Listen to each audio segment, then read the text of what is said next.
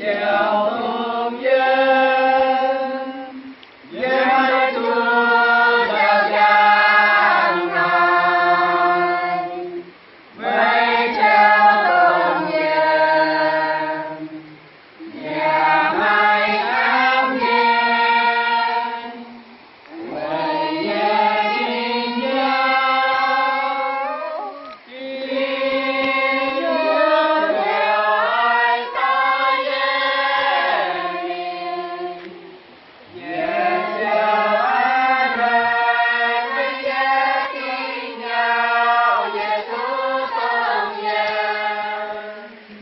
về trước Tùng Nghiêm.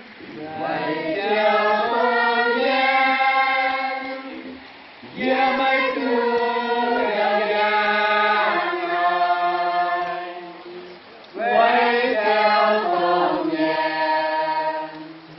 và mai cám nghe về nhà tiên nước chào ai có gia đình quay chào hết vàng với tiên nhau Giêsu tôn giáo. Nó xong rồi mới kết thằng chú.